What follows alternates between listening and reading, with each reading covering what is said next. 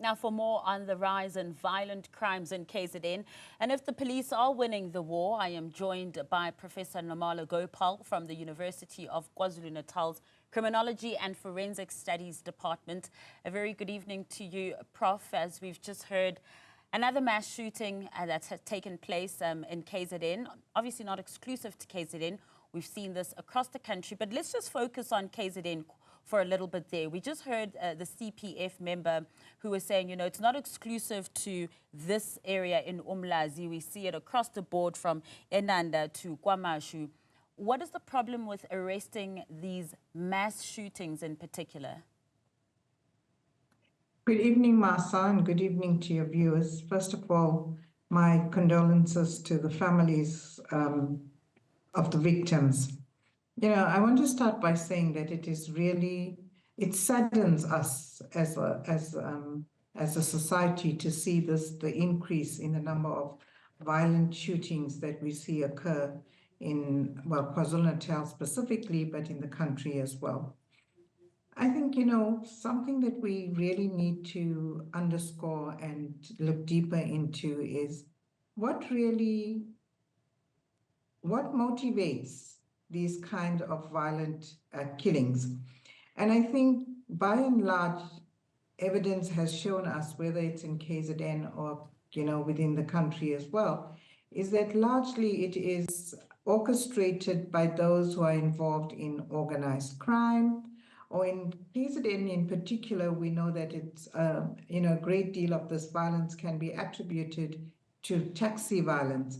And, you know, in the absence of evidence at this point in time, demonstrating or pointing to what the real motives are, one could only at this point in time speculate that it could have been a targeted killing, either relating to organized crime syndicates or taxi-related violence.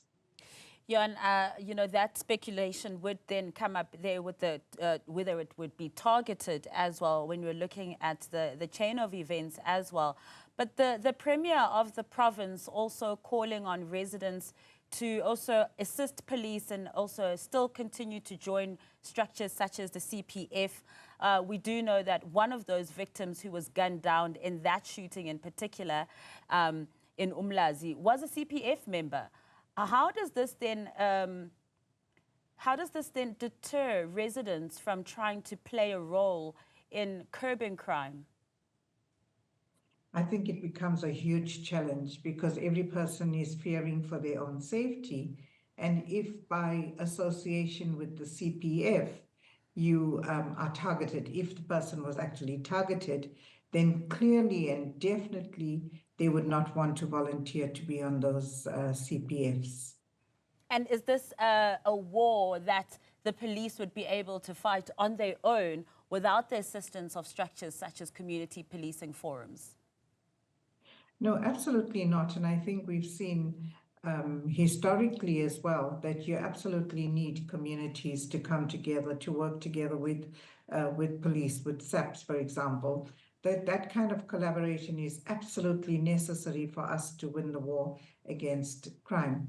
But having said that, I think something that we, you know, the notion that we should actually try to understand is to find out whether our CPFs are actually really functional and whether they are effective.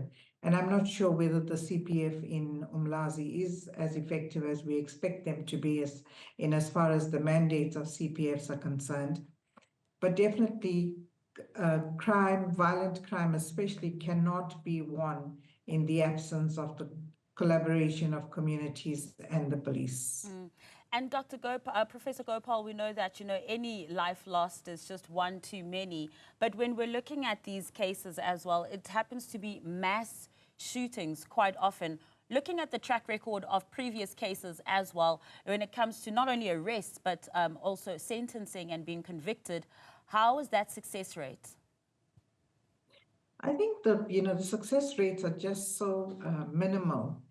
And in addition to the fact that success rates are minimal, and of course we know usually it is, there are hiccups in the criminal justice system, either at the level of the policing precinct themselves, or in terms of what happens in the court setting.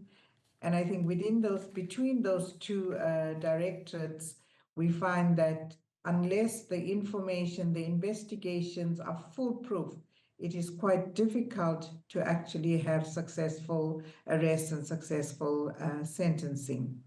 So I think that becomes just so crucial in terms of how we actually investigate these types of crimes. But I want to expand that one step further and speak to the fact that, or the notion that, quite often the task teams are set.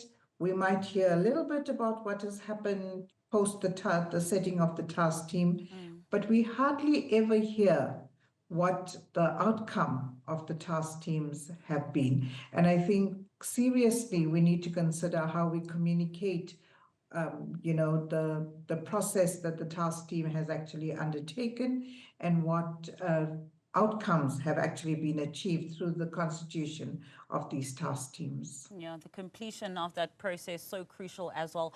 Professor Gopal, thank you so much for your time.